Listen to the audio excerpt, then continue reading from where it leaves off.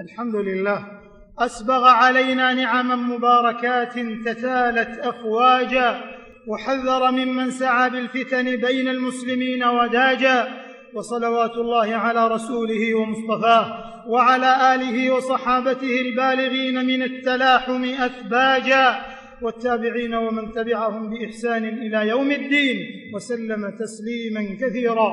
أما بعد، فاتقوا الله عباد الله، واعلموا أن الأعمار سريعة الانقضاء فلا تبقى، فتزودوا من التقوى تزكو أحوالكم وفي معارج القبول ترقى. إخوة الإسلام، ومن فضل الله على هذا المنهج السلفي الصحيح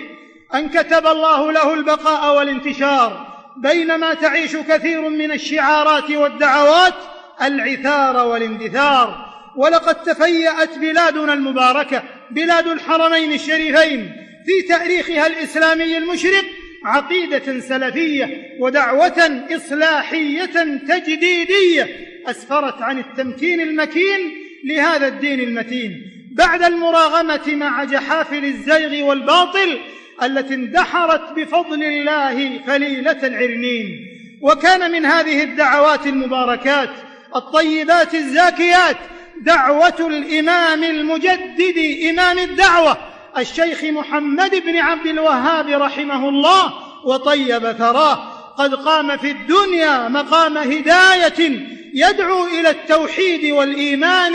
وأضاء نورا لم يزل متألقا يهدي به لله كل أواني. لقد كانت دعوة الإمام محمد بن عبد الوهاب رحمه الله دعوة تجديدية لمن درس من معالم الملة والدين، تصحيحية لما فسد من معتقدات بعض المسلمين، حاربت البدع والخرافات والآراء الشاذة والضلالات. لم تكن دعوة إلى دين جديد ولا إلى مذهب خامس، بل ترسمت هدي سيد الأنبياء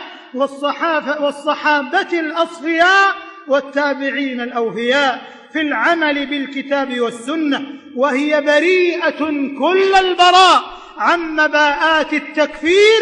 ومنهج الخوارج الخطير. ومع ذلك لقيت هذه الدعوة الإصلاحية من المزاعم والافتراءات والتشويه والشائعات الغفير والكثير. ومع أننا في زمن المعلومة الصحيحة وإمكان معرفة الحق والحقيقة، إلا أن وصمها ولمزها وأهلها بالوهابية لا يزال صداه يطرق مسامع أبنائها، فلا يزيدهم إلا ثقة بالحق واستمساكا به. وإن بلاد الحرمين الشريفين حرسها الله لتنهج المنهج السلفي الوسطي المعتدل القائم على نور الكتاب والسنة ومنهج السلف الصالح لهذه الأمة، تقبل الحق ممن جاء به دون نظر إلى أصله أو نسبه أو شكله أو رسمه، وتمد يدها للاجتماع والائتلاف والتعاون مع جميع المسلمين في تحقيق الأخوة الإسلامية